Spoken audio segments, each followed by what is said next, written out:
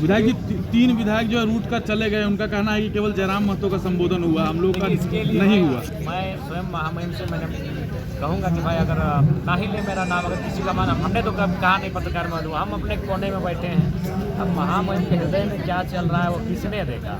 ना हमने उनको कहा कभी, ना हम अपने से कभी किसी को कह। तो अब ये उनका विषय है। हमें जैसा कि हमने भी जानकारी लिया, वो शायद सीनेट के मेंबर है, तो सीनेट के मेंबर जब उन्होंने कहा तो उसमें तीनों का नाम ऑटोमेटिक आ गया। मैं इस विद्यालय का, मैंने मत्स्य विद्यालय के सीनेट का मेंबर नहीं हूँ, तो इसलिए मेरा नाम अलग से लेना पड़ा उनको, ऐसा लोग कह रहे हैं। मैंने भी पूछा कि भाई हमें भी लगा कि उनका भी नाम ले ही लेते हैं, तो शायद प्रोटोकॉल ये था कि वो सीनेट के मेंबर। वो लोग नाराज होकर चले गए तीनों विधायक। देखो उसमें हमारा कोई दोष नहीं है, पत्रकार बंधुओं ना। मैंने महामहिम को कहा है कि महामहिम मेरा नाम ले।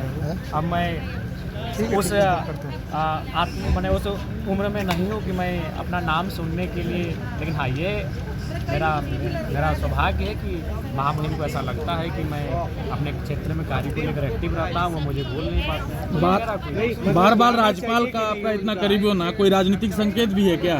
देखिए ना, ऐसा नहीं, लगातार हम लोग, हमें लगता है कि प्रत्येक सप्ताह में 2 बार 3 बार हम महामहिम से किसी कार्य को लेकर लाइनअप करते हैं, अपने प्रतिनिधिमंडल को हम भेजते हैं, तो शायद उनको उनके जहन में मेरी कार्यशैली रहती है और ऐसा कुछ नहीं। कुछ पॉलिटिकल पैसा कानून लागू हो गया, किस तरीके से निसंदेह आदिवासियों के वरदान है, लेकिन थोड़ा सा ऐसे क्षेत्र जिनमें आदिवासियों की संख्या कम और ओबीसी अथवा अन्य लोग ज़्यादा रहते हैं, उनमें थोड़ा सा सरकार को विशेष ध्यान देना। किस तरीके से ध्यान देना? जैसे मान के चलिए, जैसे कि मान के चलिए किसी शेड्यूल एरिया है और नौकरियों में होंगे, क्योंकि ये डिग्री एक उपाधि है, एक सम्मान माना जाता है।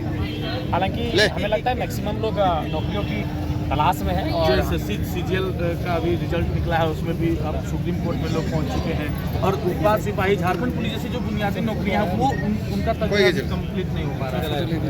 हमें लगता है राज्य की व्यवस्थाओं को इस पर एक पुनर्विचार करनी चाहिए, एक विवेचना करनी चाहिए कि हमारा जो भी परीक्षा देते हैं फिर कैंसिल होता है, फिर कोर्ट कचहरी का चक्कर में जाता है, तो उनका एक निराकरण, बेहतर निराकरण सरकार को हमें लगता है एक चिंतन मंथन करना चाहिए। जयराम राज्यपाल आपका नाम लेते हैं और तीनों उसके लिए वो सागर चले गए। देखिए इसमें मेरा क्या कसूर, पत्रकार महोदय, मैंने तो महामहिम को कहा कि महामहिम और भी 3 विधायक हैं, अगर उनका भी नाम ले लेते हैं तो हम बोला ठीक है हम देख लें। आज क्या वो जो महामहिम जो स्पीच तैयार करते हैं, क्या हम लिख के देते हैं?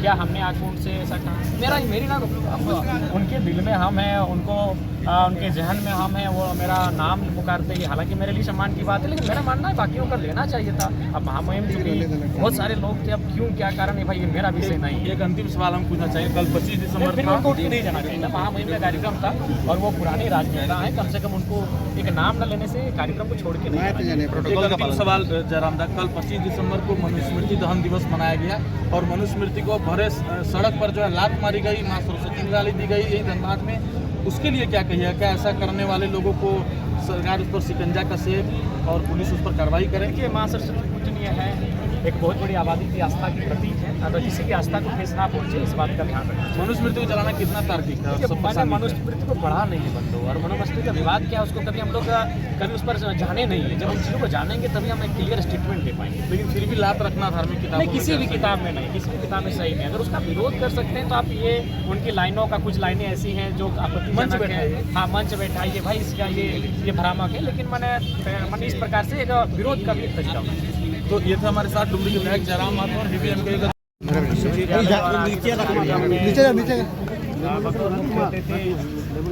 विश्वविद्यालय के कुलाधिपति राज्यपाल महोदय महामहिम, उनके द्वारा सभी विद्यार्थियों को, शोधार्थियों को प्रमाण पत्र वितरित किया गया। मैं उनको उनके उज्ज्वल भविष्य के लिए शुभकामनाएं देता हूं, और वो अपने भविष्य में जिस पद को धारण करेंगे, जिस कार्य को करेंगे, निर्वहन करेंगे, उसका पूरी निष्ठा ईमानदारी पूर्वक कार्य करेंगे।